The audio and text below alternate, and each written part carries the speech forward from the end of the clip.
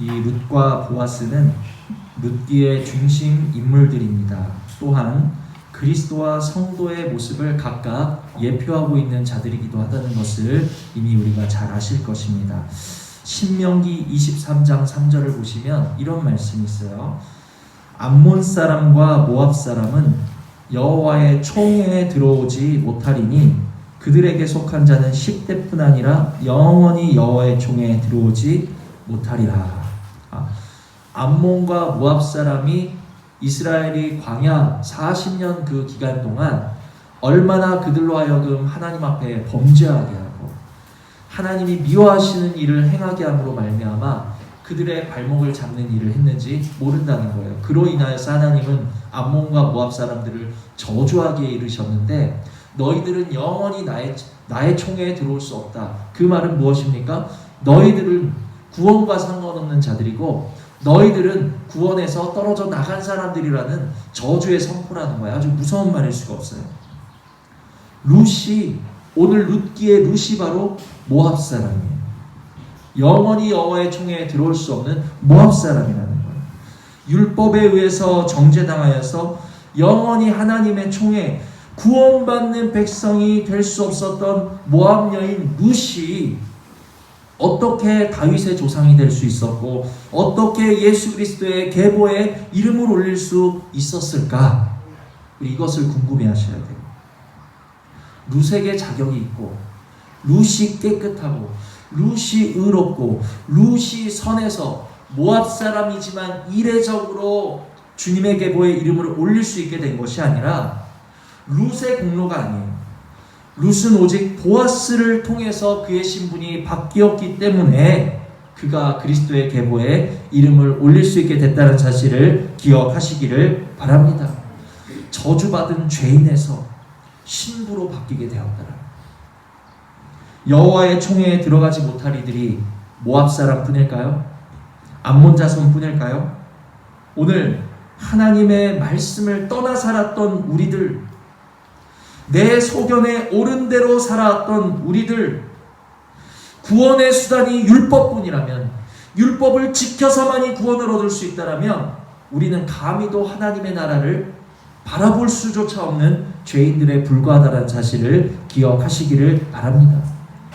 모압 사람, 암몬 사람과 다를 바 없이 내 소견에 옳은 대로 행하고 내 쾌락대로, 내 정욕대로, 내 뜻대로 행했던 우리의 모습이 바로 여호와의 총회에 들어갈 수 없는 죄인의 모습을 하고 있다는 것을 먼저 아셔야 돼요.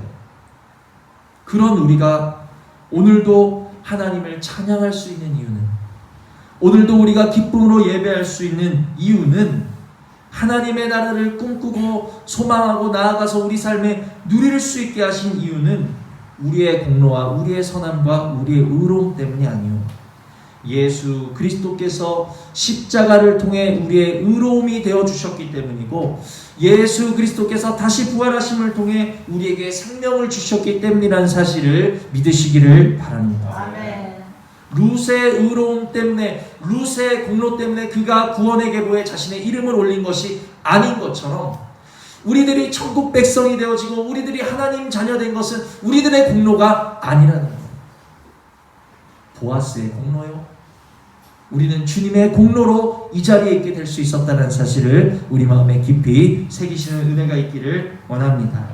룻이 보아스를 통해서 그리스도의 계보에 이름을 올린 것처럼 우리가 그리스도로 말미암을 때만이 우리는 하나님의 나라를 기업으로 얻을 수 있다는 거예요. 이것이 룻기를 통해서 우리에게 말씀하고자 하시는 하나님 말씀의 핵심이라는 것을 우리가 먼저 깨달으시기를 바랍니다. 자, 이처럼 룻은 누구를 나타내고 있나요? 자격 없는 죄인된 우리들을 나타내고 있다면 또 보아스는 누구를 나타내고 있죠? 구원의 통로 되시는 예수 그리스도를 나타내고 있다는 사실입니다. 그런데 우리가, 자, 이제 말씀은 여기서부터 시작하는 거예요. 우리가 룻을 보면서 그래, 룻은 죄인된 우리야, 보아스를 보면서 보아스는 그리스도의 모습을 나타내, 거기까지도 맞아요. 그러나 거기서 멈추셔서는 안 돼요. 거기에 더해서 한 걸음 더 나가셔야 되는데, 보아스를 보면서 보아스는 그리스도를 예표하는 사람이야, 거기서 더 나가서 보아스는 우리가 이르러야 될, 우리가 목표해야 될 그리스도의 장성한 분량이 어떤 모습인지를 구체적으로 보여주는 사람이야 라는 것, 그 자리까지 우리가 나가셔야 되는 줄 깨달으시기를 바랍니다. 보아스는 그리스도를 예표하지 거기서 끝, 그게 아니고 보아스가 그의 삶을 통해 예수 그리스도를 예표하고 나타낼 수 있었던 것처럼 보아스도 사람이고 나도 사람인데 어떻게 그를 통해서 예수가 나타날 수 있었을까? 나도 나의 삶을 통해서 보아스처럼 그리스도를 나타내고 싶다 하는 소망의 자리까지 저와 여러분이 나가셔야 된다는 거예요. 아멘. 거기까지 나가셔야 된다. 보아스를 보면 그리스도의 모습이 보이듯이, 보아스의 성품을 보면 그리스도의 속성을 볼 수 있듯이, 누군가 나를 보면서 그리스도의 모습을 볼 수 있을까?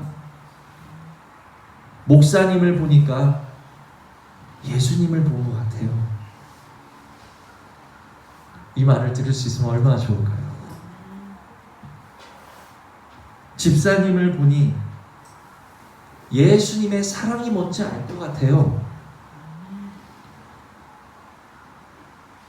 우리 서로를 보니까 예수님의 용서가 뭔지 알 것 같아요. 예수님의 긍휼이 뭔지 알 것 같아요. 말씀만 지식으로 아는 사람이 이 시대에 넘쳐난다는 거예요. 그러나 과연 그의 삶을 통해서 예수 그리스도의 형상과 예수 그리스도의 모습이 어떠하다라는 것을 그의 삶으로 나타낼 수 있는 사람은 이 시대도 아마 손에 꼽을 것입니다. 그리스도인의 소망과 이 세상 사람들의 소망은 달라야 된다는 것을 기억하시기를 바랍니다. 아멘. 세상 사람들의 소망은 너무 당연하게도 이 땅이 소망이고, 물질의 소망이 있고, 집의 소망이 있고, 자녀의 소망이 있고, 그 모든 소유한 것들을 자랑하는 데 소망이 있어요. 그게 당연하고 마땅한 거예요. 그러나 그리스도인들의 소망은 어떻습니까? 나를 통해서 그리스도가 증거되게, 나를 통해서 하나님의 나라가 증거되기를 소망하고 바라는 것이 또한 마땅하고 당연하다는 사실을 우리는 깨달으셔야 된다는 거예요. 소망은 방향성. 소망이 뭐라고요? 방향성. 소망은 내가 무엇을 바라보고 있느냐 하는 게 소망이에요. 내가 지식으로 알고 있는 게 소망이 아니고, 내가 삶에서 무엇을 바라보고 무엇을 추구하느냐, 그것이 소망과 아주 밀접한 연관을 가지고 있다는 거예요. 내가 바라보는 쪽으로 가게 되어 있는 거예요, 여러분. 내가 바라보는 쪽으로 가게 되어 있어요. 내가 세상 소망을 바라보고 있다면 결국 데마처럼, 가룟 유다처럼 세상으로 갈 수밖에 없는 거예요.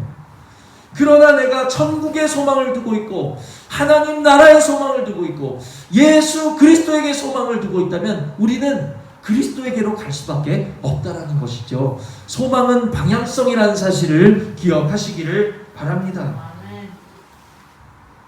당장 주시는 오늘의 말씀대로 여러분들이 보아스처럼 사세요. 보아스처럼 열매 맺으세요. 당장 보아스처럼 실천하세요. 그 말씀이 아니에요. 나도 보아스같이 주님 성품 나타내기를 어떻게 하라고? 소망하라는 거예요. 소망하라는 거예요. 소망. 그리스도를 바라보라는 거예요. 시편 107편 30절에는 이런 말씀이 있습니다. 그들이 평온함으로 말미암아 기뻐하는 중에 여호와께서 그들이 바라는 항구로 인도하시는도다. 이게 개역 개정이에요. 근데 개역 한글에는 소망의 항구였어요. 소망의 항구. 우리가 바라는 그것을 여호와께서 이루어 주신다라는 말씀, 약속의 말씀이라는 것을 기억하시기를 바랍니다. 그럼 중요한 것은 내가 바라보는 항구가 어디 있냐. 오늘 내가 꿈꾸고 내가 소망하고 내가 도달하고자 하는 항구가 어디 있냐는 거예요. 우리 거할 처소는 주님 품이라는 사실을 기억하시기를 바랍니다. 주님 품이라는 항구를 소망하시고 하나님 나라라는 항구를 소망하셔서 우리가 소망하는 항구로 마침내 인도하여 드리시는 하나님의 손길을 우리 모두가 간증하실 수 있는 저 여러분 되시기를 주님의 이름으로 축복을 드립니다. 자, 그래서 우리가 보아스를 볼 때 보아스를 통해서 먼저는 그 속에 있는 예수 그리스도의 모습을 깨달을 수 있어야 하고, 또 거기서 더 나아가서 나도 보아스처럼 나도 이와 같이 그리스도를 나타내는 자 되고 싶다 소망하는 자리까지 우리가 나가셔야 된다 하는 것을 제가 지금까지 말씀을 드렸습니다. 자, 잘 이해가 되셨죠? 네. 자, 이제 본격적으로 보아스가 어떠한 모습을 우리에게 보여주고 있는지 말씀을 통해서 살펴보도록 하겠습니다. 3절 4절을 보시면, 룻기 2장 3절 4절, 자, 함께 읽습니다. 룻이 가서 베는 자를 따라 밭에서 이삭을 줍는데 우연히 엘리멜렉의 친족 보아스에게 속한 밭에 이르렀더라. 마침 보아스가 베들레헴으로부터 와서 베는 자들에게 이르되 여호와께서 너희와 함께 계시기를 원하노라 하니 그들이 대답하되 여호와께서 당신에게 복 주시기를 원하나이다 하니라. 아멘. 자, 이제 룻이 모압 지방에서 나오미와 함께 베들레헴으로 돌아옵니다. 그래서 이제 생계를 위해서 룻이 들판으로 나가서 이삭 줍는 일을 하기 시작하는데, 줍다 보니까 어디까지 간 거예요? 보아스의 밭까지 이제 이르게 된 거예요. 그때 마침 보아스가 등장하고 있습니다. 등장하는 보아스가 첫 마디 인사가 뭐였을까요? 보아스의 첫 마디 인사 4절 보시면, 마침 보아스가 베들레헴으로부터 와서 베는 자들에게 이르되 뭐라 그랬어요? 여호와께서 너희와 함께 하시기를 원하노라 하니. 여호와께서 너희와 함께 하시기를 원하노라. 자, 이 속에 뭔가 특별한 걸 찾으셨나요? 이게 무슨 뜻입니까? 아, 그냥 인사인가 보다, 그냥 인사말인가 보다 하고 지나칠 수 있어요. 그런데 여호와께서 너희와 함께 하시기를 원하노라, 이 인사말의 뜻은 무엇입니까? 너희에게 임마누엘의 은혜가 임하기를 원한다, 이 뜻이에요. 너희에게 임마누엘의 은혜가 임하기를 원한다. 임마누엘이 뭐예요? 하나님이 우리와 함께 하신다. 이게 얼마나 놀라운 인사인지 알 수 없어요. 임마누엘이란 말이 언제 등장하는지 아십니까? 이 이후로부터 400년이 지나서 이사야를 통해서 등장하는 임마누엘이에요. 이 임마누엘이라는 말씀이 기록되기 아직 400년도 전에 보아스에는 자기가 만나는 모든 사람들에게 무엇을 빌고 있는 거예요? 임마누엘의 축복을 빌고 있는 거예요. 그리고 보아스가 빌었던 이 축복은 약 1000년이 지나서 예수 그리스도의 오심으로 이루어지게 되는 것을 우리가 알 수 있습니다. 그런데 더욱 중요한 것은 보아스가 이사야보다 먼저 임마누엘을 빌었고, 보아스가 예수 그리스도의 오심을 예언하는 듯이 축복을 했다. 이것도 중요하지만 더 중요한 것은 예언보다, 천사의 말보다 더 중요한 게 뭐예요? 보아스의 삶을 통해서 과연 하나님이 우리 삶에 임마누엘 하시면 어떠한 선하고 어떠한 아름다운 일들이 일어나는지, 어떤 놀라운 역사가 일어나는지 보아스의 삶을 통해서 보여주셨다는 거예요. 이게 놀라운 은혜예요. 여러분, 우리의 말이 참으로 중요하고 놀랍다라는 것을 기억하시기를 바랍니다. 보아스의 말에는 임마누엘, 그리스도의 생명이 담겨 있었다는 거예요. 내 말에는 무엇이 담겨 있습니까? 오늘 저의 말에는, 오늘 여러분의 말에는 무엇이 담겨 있냐는 거예요. 가벼운 첫 마디의 인사조차도 보아스는 진심을 담고 그 안에 그리스도의 생명을 담아서 건네는 보아스의 그 입술이 오늘 저의 입술이 되고 또 여러분의 입술이 되실 수 있는 은혜가 있기를 주님의 이름으로 축복을 드립니다. 가벼운 말 한마디조차도 그 안에 생명을 담아서, 축복하는 마음을 담아서 너희에게 그리스도가 함께 하시기를 원한다. 너희에게 생명이 함께 하기를 원한다. 너희에게 여호와가 함께 하시기를 원한다. 임마누엘의 축복을 건네는 이 보아스의 입술이 오늘 저와 여러분의 입술이 되셔야 된다는 거예요. 자, 한번 우리 인사해 볼까요? 옆 사람 보시면서 임마누엘 하시기를 원합니다.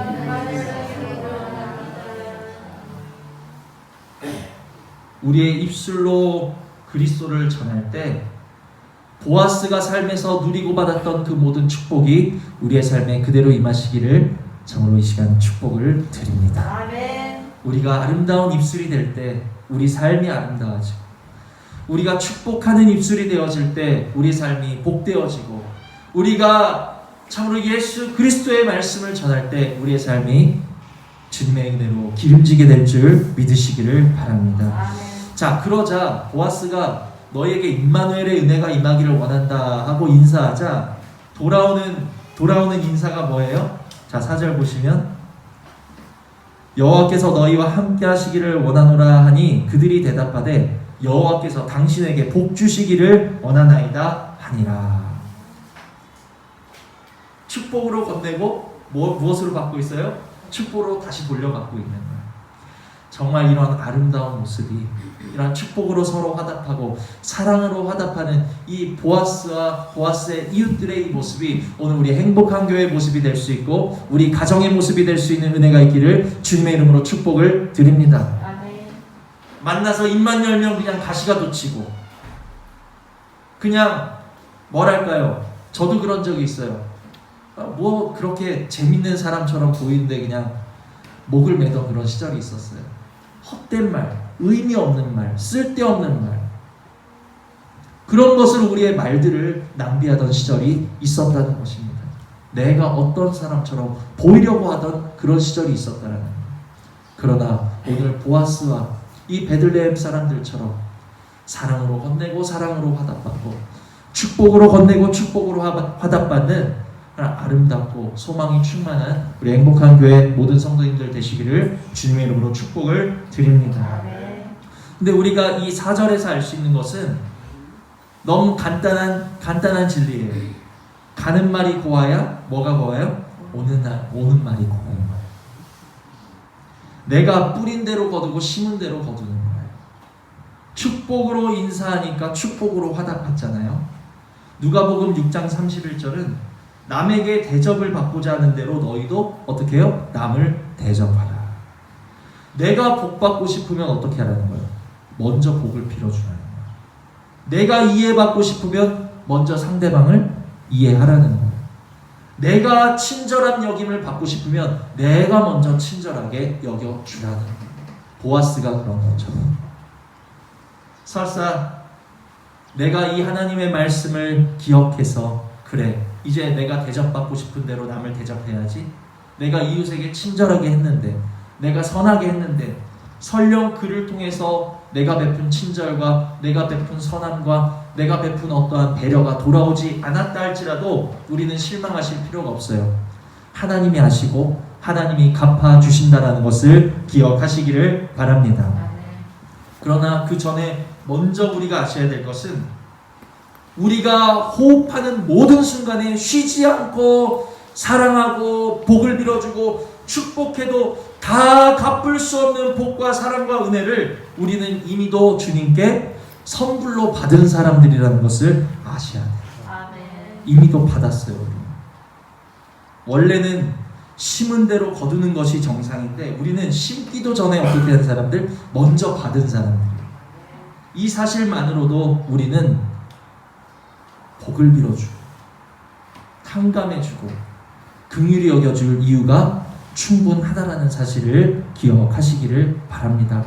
그 사람이 나에게 주지 않는 것을 보지 마시고 내가 주님께 먼저 받았다라는 것을 기억하셔서 악을 악으로 욕을 욕으로 갚지 말고 도리어 복을 빌어주고 축복하고 사랑하고 용납하고 긍휼히 여길 수 있는 그러한 은혜가 우리 모두에게 있기를 주님의 이름으로 축복을 드립니다. 자, 그래서 우리가 첫 번째 살펴본 보아스의 모습은 참 이웃에 대해서 축복하는, 하나님이 너희와 함께 하시기를 원한다, 임마누엘의 은혜가 있기를 원한다, 그리스도의 생명으로 이웃을 축복하는 모습을 우리가 먼저 봤어요.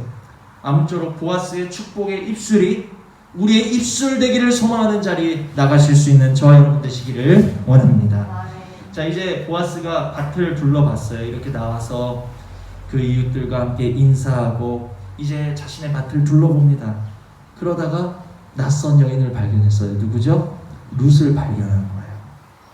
그래서 옆에 그 뭔가 좀 관리, 여기엔 사환이라고 나오는데 이 밭을 책임지고 있는 책임자에게 묻습니다. 저 사람은 누구냐?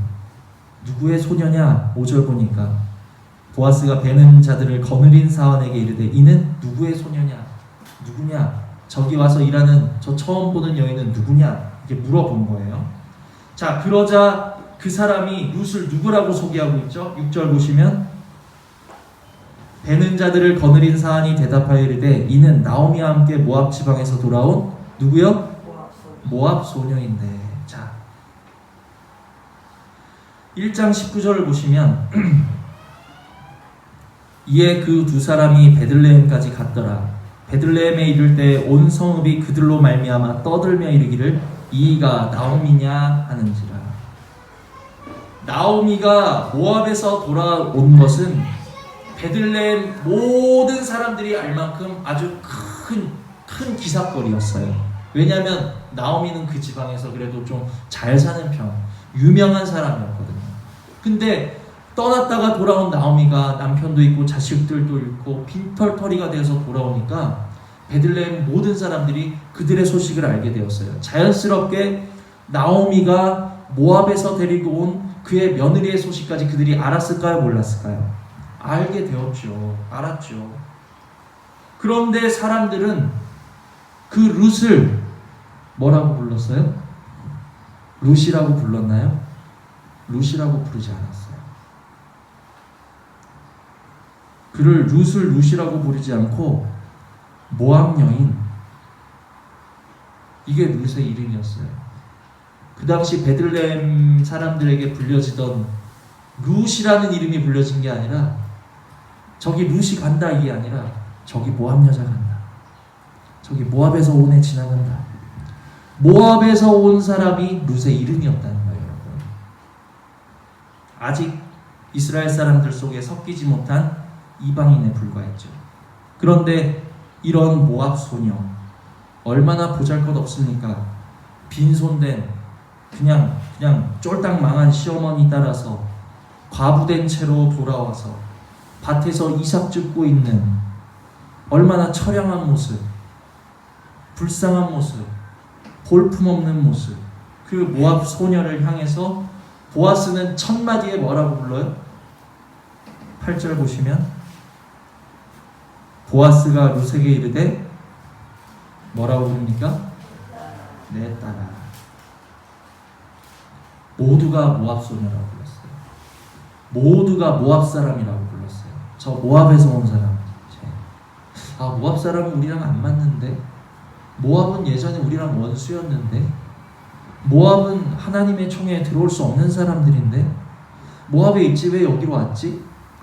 이상하게 여기면서 수군대면서 정죄하면서 비판하면서 업신여기면서 그들은 룻을 룻이라 부르지 않고 모압 소녀, 모압 여인, 모압에서 온 애 업신여겼다는 거예요. 그런데 보아스는 룻을 뭐라고 부릅니까? 내 딸아, 내 딸아. 참 따뜻한 거예요. 얼마나 정말 룻에게는 얼마나 이것이, 이 한마디가, 내 딸아, 이 한마디가 얼마나 그의 마음을 안심시키고 얼마나 그의 마음을 위로를 주었을까요? 이 한마디에 룻의 마음이 녹았어요. 13절에 보시면 룻이 이렇게 말합니다. 룻이 이르되 내 주여, 내가 당신께 은혜 있기를 원하나이다. 나는 당신의 하녀 중에 하나도 갖지 못하오나 나는 모압 사람이지만 당신이 이 하녀를 위로하시고 마음을 기쁘게 하는 말씀을 하셨나이다 하니라. 오늘 하나님의 말씀이 보아스의 내 딸아라는 그 말이 룻을 위로하고 룻을 기쁘게 했던 것처럼 오늘 하나님의 말씀이 우리를 위로하시고 하나님의 말씀이 우리의 마음을 기쁘게 하시는 애기를 주님의 이름으로 축복을 드립니다. 하나님의 말씀만이 얼어있고 굳어있는, 경직되어 있는 우리의 마음을 녹일 수 있다는 거예요. 사람의 말로는 녹을 수가 없어요. 하나님의 음성으로만, 주님의 음성으로는 우리의 마음이 녹을 수 있다는 사실을 기억하시기를 바랍니다. 비록 우리 육신의 지고 세상의 유혹에 빠져서 부족한 모습으로 이 자리에 이르렀다. 처량한 모습으로 내가 이 자리에 이르렀다 할지라도 오늘 주님을 바라보며 예배하는 우리들을 내 딸아, 내 아들아, 지금도 주님은 우리를 그렇게 불러주시고 그렇게 안아주시고 계시다는 사실을 기억하시기를 바랍니다.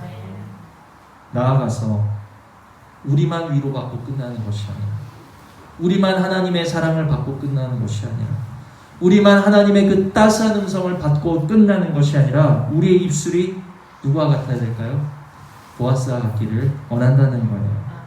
내가 입만 벌리면 그냥 상처가 되고 찌르는 말이 되고 가시가 되고 그냥 이유 없이 시비를 걸고 트집을 잡고 상처를 주는 것이 아니라 내 말로써 이웃을 위로하게 되어지고 내 말로써 상심한 자의 마음을 기쁘게 할 수 있고 내 말이 쓰러진 누군가를 일으킬 수 있다면 얼마나 좋을까요? 저는 정말 이 말씀을 보면서 내 딸아 말해주는 이 보아스의 모습을 보면서 정말 보아스의 입술이 나의 입술이 되었으면 좋겠다.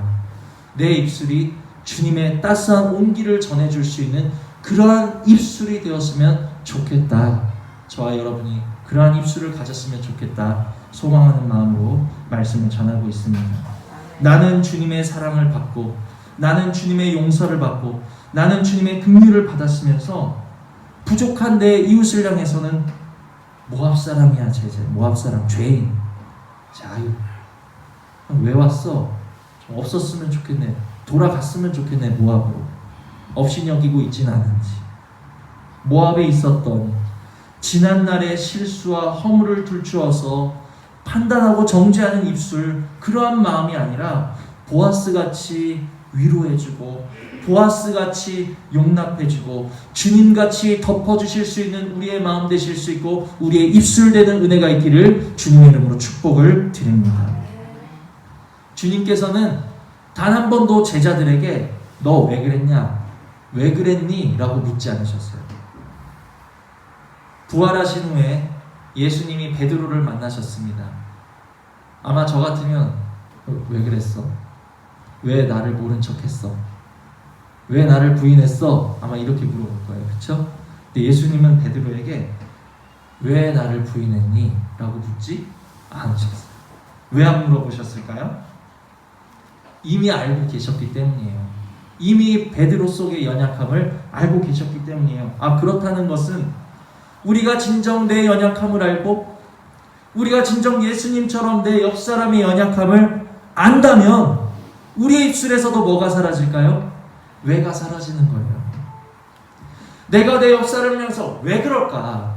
저 사람 왜 그럴까 하는 것은 아직도 우리의 약함을 알지 못하기 때문이라는 거예요.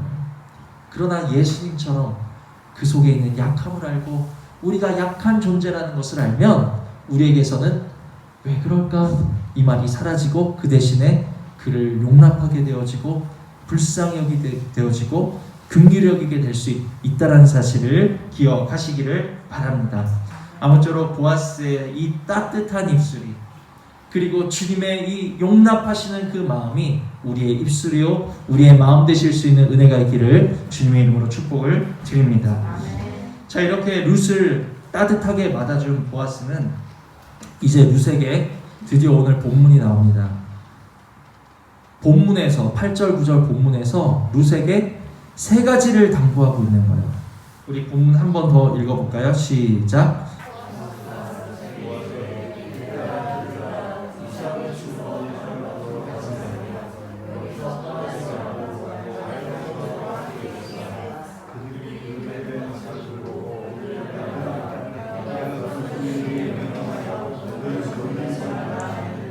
목이 마르거든 그릇에 가서 소년들이 비로운 것을 마실지니라 하는지라. 아멘. 룻에게 이제 보아스는 과거를 따지지 않고 과거를 캐묻는 대신에 세 가지를 당부하고 있는 거예요. 첫 번째 무엇입니까? 내 딸아 들으라. 이삭을 주우러 다른 밭으로 가지 말며 여기서 떠나지 말고. 첫 번째, 여기서 떠나지 말라는 거예요. 여기서 떠나지 말아라. 이 밭에서 떠나지 말아라. 두 번째는 뭐예요? 나의 소녀들과 함께 있으라. 첫 번째는 떠나지 말고, 두 번째는 뭐예요? 함께 있으라.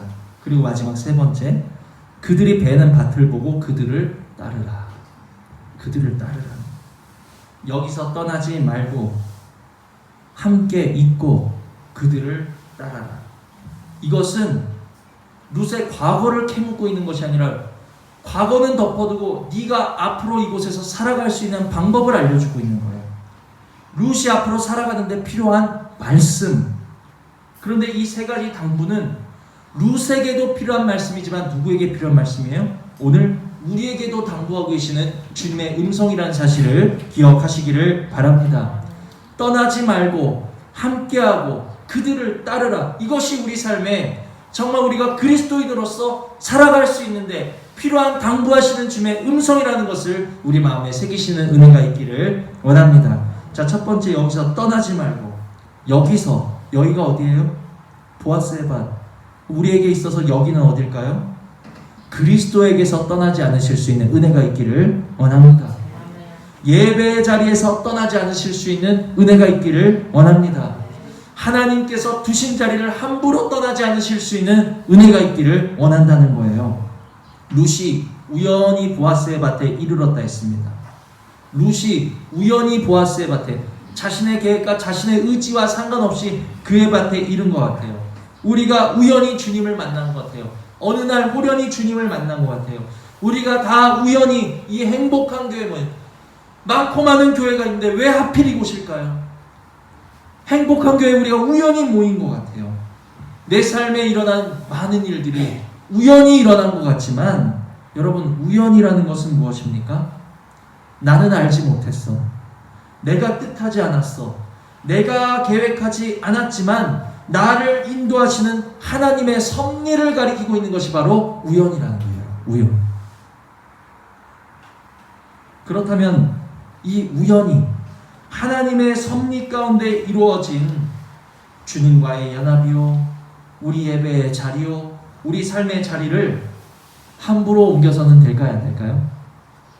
하나님의 섭리로 이루어진 그 자리를 우리가 함부로 이탈해서는 안 된다는 것이죠. 섭리하시는 자리를 옮겨야 하고 떠나야 할 때가 오면 하나님께서 분명하게 말씀을 주시고 신호를 주실 줄 믿습니다.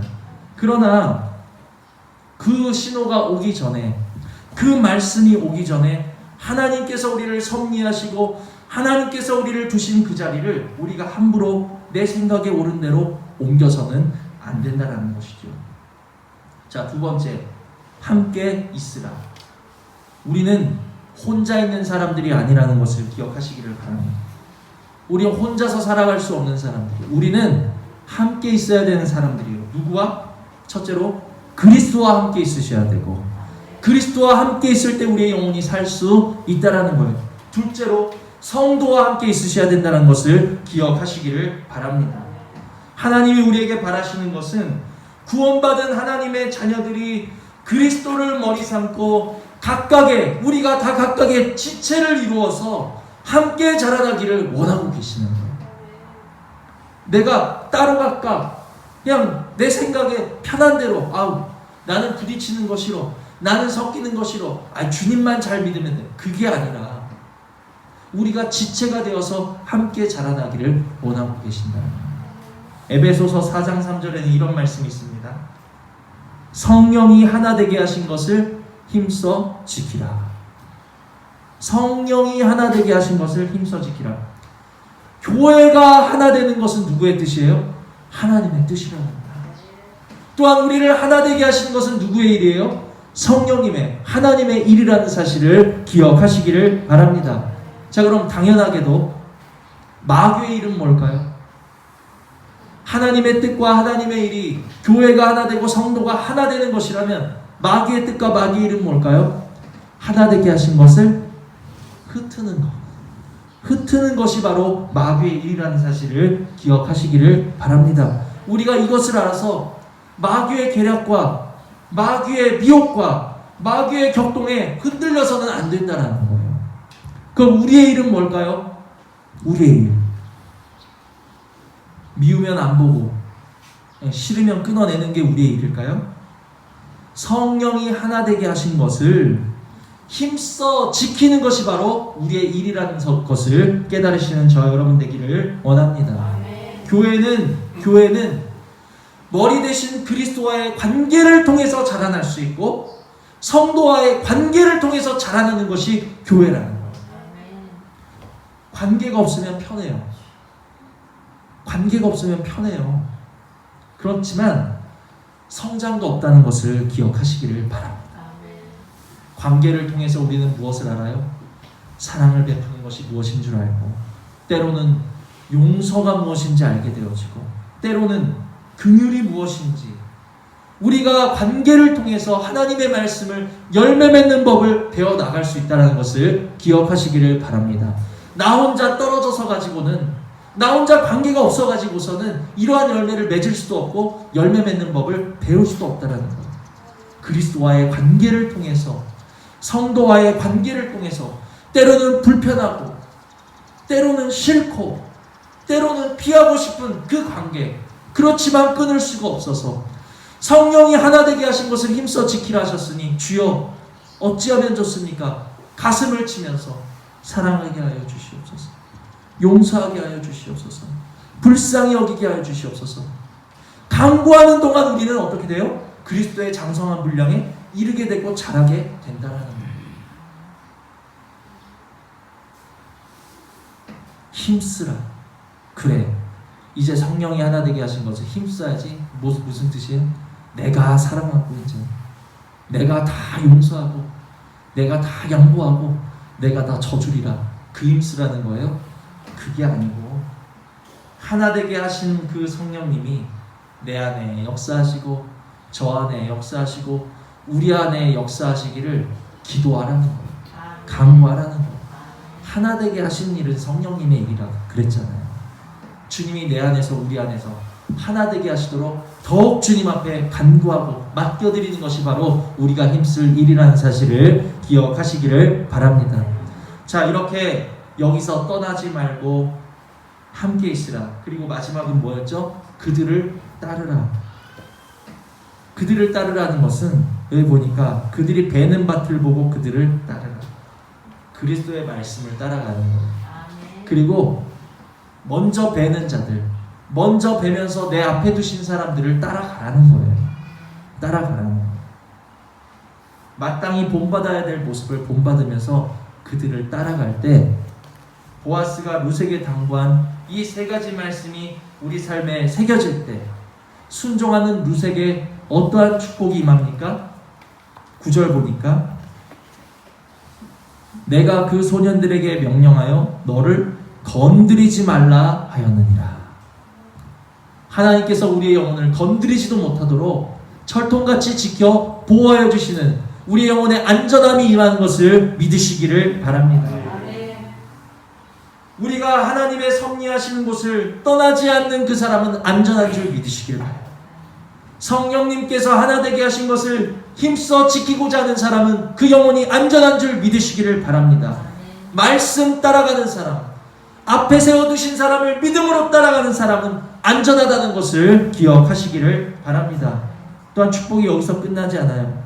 목이 마르거든 그릇에 가서 소년들이 길어온 것을 마실지니라. 이것이 뭐예요? 우리의 영혼에 결코 목마름 없게 하신다라는 약속이라는 겁니다. 영혼이 목마르지 않다는 것은 무엇입니까? 내 삶이 목마르지 않게 하시겠다는 약속인 거예요. 그러나 내 영혼이 목마르면 어떻게 될 것 같습니까? 여호와의 말씀을 듣지 못하는, 여호와의 은혜가 임하지 못하는, 여호와의 보호하심이 살피심이 임하지 못하는 기갈이 이르게 되면 아모스 8장 13절에 그날의 아름다운 처녀도 젊은 남자도 다 갈아여 쓰러지리라. 우리의 영혼이 갈하지 않으면 우리의 삶도 갈하지 아니하지만 우리의 영혼에 가람이 임하게 되면, 우리의 영혼이 목마르게 되면 우리 삶도 목마르게 되고 우리의 삶에 쓰러짐이 임한다는 것을 기억하셔야 된다는 겁니다. 우리의 영혼의 삶에 하나님의 안정과 평안을 맛보시고 누리실 수 있는 은혜가 있기를 주님의 이름으로 축복을 드립니다. 그렇기 위해서는 보아스가 루색에 당부한 이 세 가지가 우리 마음에 새겨져 있으셔야 된다는 거예요. 떠나지 말고, 그리스도를 떠나지 말고, 하나님이 우리에게 두신 자리를 지키면서 함께하라. 그리스도와 함께 성령님이 하나 되게 하신 것을 힘써 지키는 그 자리에 내가 있을 때, 말씀을 따라가면서 앞에 두신 자들을 신뢰하고 따라가는 그 자리에 내가 있을 때 우리의 영혼은 안전하고 우리의 영혼에는 가람이 없다는 사실을 믿으시기를 바랍니다. 이제 말씀을 정리합니다. 보아스는 그리스도의 예표인 동시에 우리가 장성하여서 이르러야 될, 우리가 열매 맺기를 소망해야 될 모습이라는 사실을 제가 지금까지 말씀을 드렸어요. 오늘의 말씀을 통해서 주님, 내 삶도 보아스같이 그리스도의 성품을, 주님의 살아계심을 나타내고 증거하는 삶 되기를 원합니다. 소망합니다. 우리가 소원의 항구를 이 말씀에 두고 주님을 바라볼 때 우리로 하여금 보아스처럼 축복하게 하시고, 우리로 하여금 보아스처럼 따뜻한 주님의 음성을 전하는 자들 되게 하시고, 우리로 하여금 보아스처럼 영혼들을, 우리 뒤에 오는 영혼들, 우리에게 붙이신 영혼들을 생명으로 말씀으로 인도하는 자리로 마땅히 인도하실 것을 믿으시기를 바랍니다. 들으신 말씀 생각하시면서 우리 잠시 기도하시겠습니다.